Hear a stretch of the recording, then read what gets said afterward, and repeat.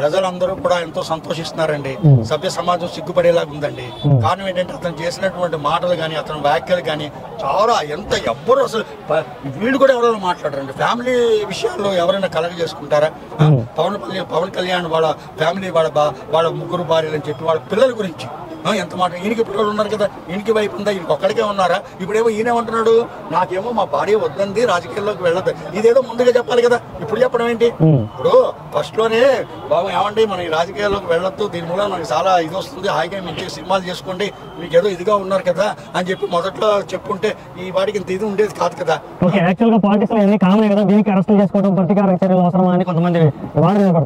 ప్రతీకార చర్య అంటే చెప్తానండి, చంద్రబాబు నాయుడు గారు ఏమి చేయకుండానే ఎటువంటి ప్రూఫ్లు లేకుండానే ఆయన అరెస్ట్ చేసి 53 రోజులు జైల్లో పెట్టారా? ఎవరిని వెళ్ళనీయకుండా చేశారా? భువనేశ్వర్ గారు రాజమండ్రి వెళ్తే కూడా ప్రజలు వెళ్తే కూడా అరెస్ట్ చేస్తాం, మేము అక్కడికి వెళ్ళడానికి లేదు, సింపతి లేకుండా చేశారా? దాని మూలాన్ని వైసీపీ గవర్నమెంట్ కూలిపోయింది, వాళ్ళకి చాలా నష్టం వచ్చింది. చంద్రబాబు నాయుడు గారు ఇలా చేయడం వల్ల ప్రజల్లో సింపతి పెరిగిపోయింది. ఎక్కడెక్కడి నుంచో వాళ్ళందరూ కూడా మంచి సింపతి కలిగించారు. ఇప్పుడు ఈ పోసాని కృష్ణమురళి కానీ ఈ నాని కానీ వంశీ కానీ రోజు వీళ్ళందరూ ఏంటంటే ఆ జగన్మోహన్ రెడ్డి గారు మెప్పు పొందడానికి అక్కడ ఏంటంటే వాళ్ళు ఏదో నెక్స్ట్ గవర్నమెంట్ వస్తే ఏదైనా పదవులు అవి ఇచ్చేస్తారు అని చెప్పి అది కాక వెనకాల బ్యాక్గ్రౌండ్ వీళ్ళు బాగా ముట్టింది బాగా. లేకపోతే వీళ్ళు ఎందుకు చేస్తారండి? ఇక్కడ సినిమాలు మనకి ఆయన రోజు 1,00,000 2 లక్షలు ఇస్తారు ఇక్కడ. అవన్నీ వదులుకొని దీంట్లోకి వచ్చేటంటే ఊరికి రాడు అనమాట.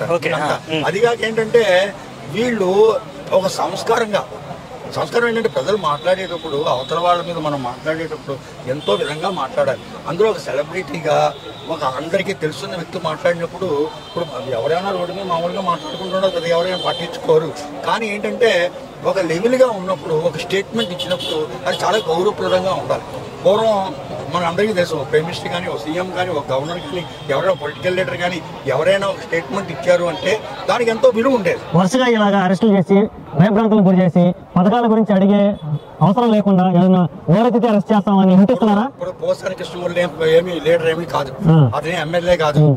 ఇతరులకు సంకేతం లాగా ఇప్పుడు మీరు మాట్లాడితే నోరెత్తే అరెస్ట్ చేస్తామని అసలు నోరెత్తే అరెస్ట్ చేయడానికి కదా ఆ టైంలో ఆ గవర్నమెంట్ లో వైసీపీ గవర్నమెంట్ లో ఎవరు మాట్లాడడానికి మనకు తెలుసు. గవర్నమెంట్ వచ్చిన వెంటనే సుధాకర్ అనే ఒక డాక్టర్ కేవలం మాస్కులు ఇవ్వాలంటేనే ఆయన తీసుకెళ్లి రోడ్డు మీద నిలబెట్టి చేతులు కట్టేసి బట్టలు ఇప్పి నిలబెట్టారు కదా. ఇప్పుడు వీళ్ళు ఎవరు ఏం చేయట్లేదు, అలాంటి పనులు ఏం చేయట్లేదు కదా. ఇప్పుడు ఏంటంటే అన్ని అమలు అవుతాయి. ఎందుకు అమలు అవుతాయి అంటే దేనికైనా టైం కావాలి. అన్నప్రసన్న నాడే అవగాహన పెట్టిస్తే ఎలా తినగలుగుతారు? కారణం ఏంటంటే దేనికైనా సరే ఇప్పుడు ఇంకా 9 నెలలు అయ్యింది, ఇంకా బోల్డంత ఇది ఉంది, ఇంకా పథకాలన్నీ ఉన్నాయి. ఒక్కసారిగా రండి, ఎవరైనా సరే ఏ గవర్నమెంట్ అయినా సరే ఏ సీఎం అయినా సరే అందరినీ ఎవరు సాటిస్ఫై చేయలేరు. ప్రజా పరిపాలన కాదు, లోకేష్ రెడ్డి పరిపాలన లోకేష్ రెడ్డి పరిపాలన ఈ పాటికి వీళ్ళందరూ బయట తిరిగేవాళ్ళు కదా. ఆయన ఎంతో మంది ఎన్నో విధాలు అరెస్ట్మెంట్ చేశారు. అసలు పాదయాత్ర టైంలో ఎంత చేశారు? అమరావతి రైతులు కూడా పాదయాత్ర చేస్తుంటే ఎన్ని ఇబ్బందులు పెట్టారు, ఎన్ని చేశారు. అలాంటి మెయిన్ టార్గెట్ ఏంటంటే ఇప్పుడు నన్ను అడిగితే ఇప్పుడు ఎంతమంది అండి వల్లభనేని వంశీ డైరెక్ట్ గా మనం చూసాం, అందరికీ తెలిసిన విషయం. ఎంతో రౌడీం చేశాడు. పోసాని కృష్ణమురళి లేనిపోయిన వ్యాఖ్యలన్నీ చేశాడు. ఆ తర్వాత రోజా వీళ్ళందరూ మాట్లాడారు. మామూలు వాళ్ళు ఎవరిని టార్గెట్ చేయలేదే, మామూలు ప్రజలు ఎవరి మీద వెళ్ళలేదే. ఇప్పుడు పెన్షన్ ఇస్తున్నారా, సిలిండర్స్ ఇస్తున్నారా, సిలిండర్స్ ఉచితంగాను ఎన్నో పథకాలు అమలు చేస్తున్నారా? ఒక్కొక్కటి ఇంప్రూవ్మెంట్ అవ్వాలండి.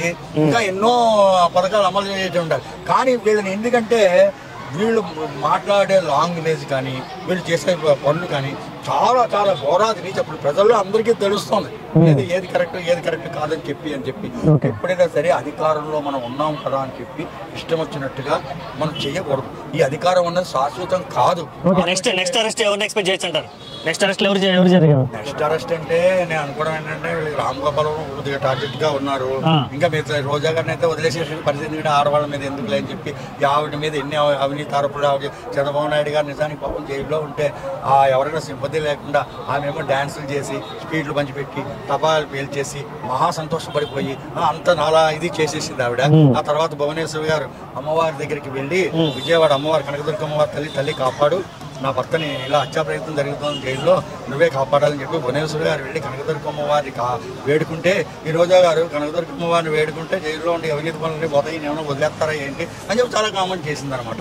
కానీ ఏంటంటే అమ్మవారు కాపాడారు, నీతి నిజాయితీ గెలిచింది, ఆయనకి సింపతి ఎక్కువగా కలిగింది, జనాలు ఎక్కడెక్కడి నుంచో వచ్చి ఓట్లు వేసి అఖండ విజయం, మామూలు విజయం కాదు. ఓకే, యాక్చువల్గా ఇదంతా జరగడానికి కర్త కర్మ క్రియ లేదా తెలుగు అనుకోవచ్చు, ఎవరైనా హీరో నిర్మాత అనుకోవచ్చు, డైరెక్టర్ అనుకోవచ్చు, ఏదైనా పేరు పెట్టిన పేరు అందరికీ తెలుసు. ప్రొడ్యూసర్ అనుకోండి, ఈ స్టైల్ ఆ ప్రొడ్యూసర్ని పట్టుకొని డైరెక్ట్గా పెట్టచ్చు కదా, ఈ చిలకం ఎందుకనే ఒక వాదం ఉంది. ఇప్పుడు ఈ ప్రొడ్యూసర్స్ వీళ్ళందరినీ పట్టుకుని చెయ్యాలంటే ఒకటండి, ప్రజల్లో సింపతి వచ్చేసి అన్యాయంగా చేస్తారని చెప్పి వీళ్ళందరూ వీళ్ళే నా పర్వాలేదు, నన్ను అరెస్ట్ చేయండి పర్వాలేదు, నేను నాకేమి ఇది ఎందుకంటే అలాగే చెయ్యరు కదా, చేస్తే ఇంకా వాళ్ళకి ఒక విధమైనటువంటి సింపతి అది వస్తుంది కదా. ఇప్పుడు చంద్రబాబు నాయుడు గారు కానీ లోకేష్ కానీ పవన్ కళ్యాణ్ కానీ ఏమన్నారు, మేము అన్యాయంగా ఎవరిని కక్ష సాధింపు చర్యలు ఉండవు, ప్రతి దానికి ప్రూఫ్తోనే మేము చేస్తాము, చట్టం తన పని తను చేసుకుపోతుంది, చట్ట ప్రకారం వెళ్తాం తప్ప మేము ఇది చెయ్యము అని చెప్పి అందరూ చెప్పారు. దానికి కారణం ఏంటంటే చట్టం తన పని తాను చేసుకుపోతుంది, చట్టరీత్యా మొత్తం అంతా జరుగుతుంది తప్ప మాకేమి కక్ష సాధింపు చర్యలు ఏమి ఎటువంటివి మేము చేయమన్నారు. అలా చేసినట్టయితే ఫస్ట్ వచ్చిన తర్వాత నిజానికండి ఈ తెలుగుదేశం పార్టీ కూటమిలో ఉన్న వాళ్ళందరూ కూడా వైసీపీ గవర్నమెంట్లో ఎంత బాధపడ్డారంటే, పోలీసులు లాఠీలు నిజంగా ఎన్ని తగిలాయంటే, ఎంతమంది ఇది అయిపోయారంటే అంతమంది అయిపోయారు, ఎంత దుర్మార్గంగా జరిగిందంటే. సాధారణంగా ఏ గవర్నమెంట్ ఉంటే ఆ గవర్నమెంట్ యొక్క మాట విన్నటువంటి ప్రభావం పోలీస్ డిపార్ట్మెంట్లో ఉంటుంది.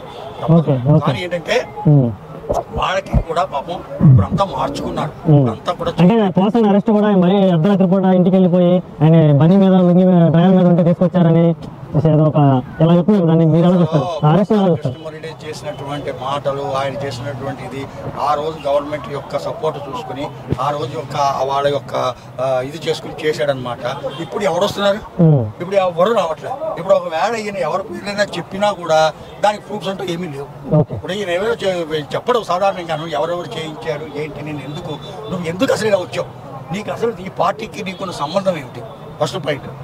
నువ్వు వీళ్ళనే టార్గెట్ చేయడానికి ఎందుకు కోరుకున్నావు? తెలుగుదేశం పార్టీలో అనేక మంది ఉన్నారు, మెయిన్ వీళ్ళని నిన్ను ఎవరు చేయించారు, నీకు ఎవరు ఎంత డబ్బు ఇచ్చి నీకు ఎంత ఇలా నాటకం ఆడమన్నారు అని చెప్పి వీళ్ళందరినీ కనుక ఇది చేస్తే వాళ్ళ సెల్ ఫోన్లో అంటే వడ్లంటే ఇవన్నీ కూడా సెల్ ఫోన్లో ఏమీ ఉండవు. కారణం ఏంటంటే డైరెక్ట్గా మాటలతోనే జరుగుతాయి.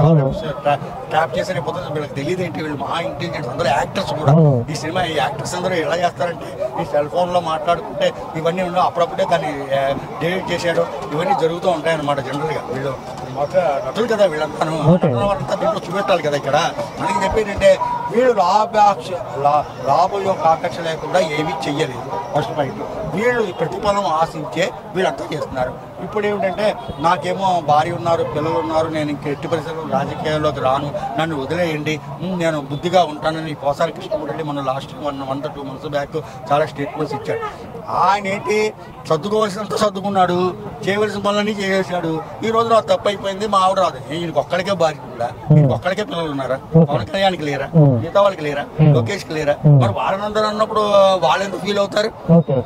అవన్నీ ఫీల్డ్ ఇంకా అసలు ఈ పోసారి కృష్ణమురళి ఫ్యామిలీ గురించి కానీ ఎవరైనా ఏమైనా మాట్లాడారా? తెలుగుదేశం పార్టీలో ఉన్నప్పుడు లోకేష్ కానీ పవన్ కళ్యాణ్ కానీ వీళ్ళు ఎవరు వాళ్ళ ఫ్యామిలీ గురించి మాట్లాడలేదే.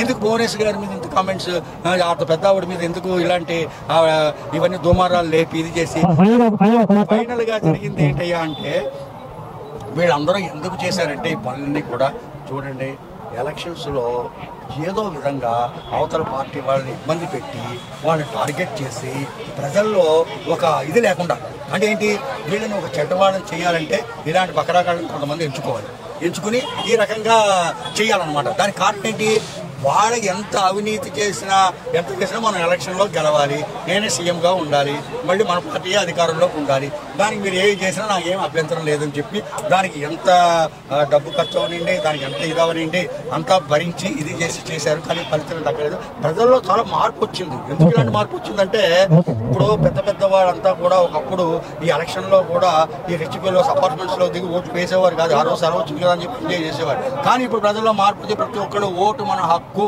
దాన్ని మనం ఉపయోగించుకోవాలని చెప్పి ఓటు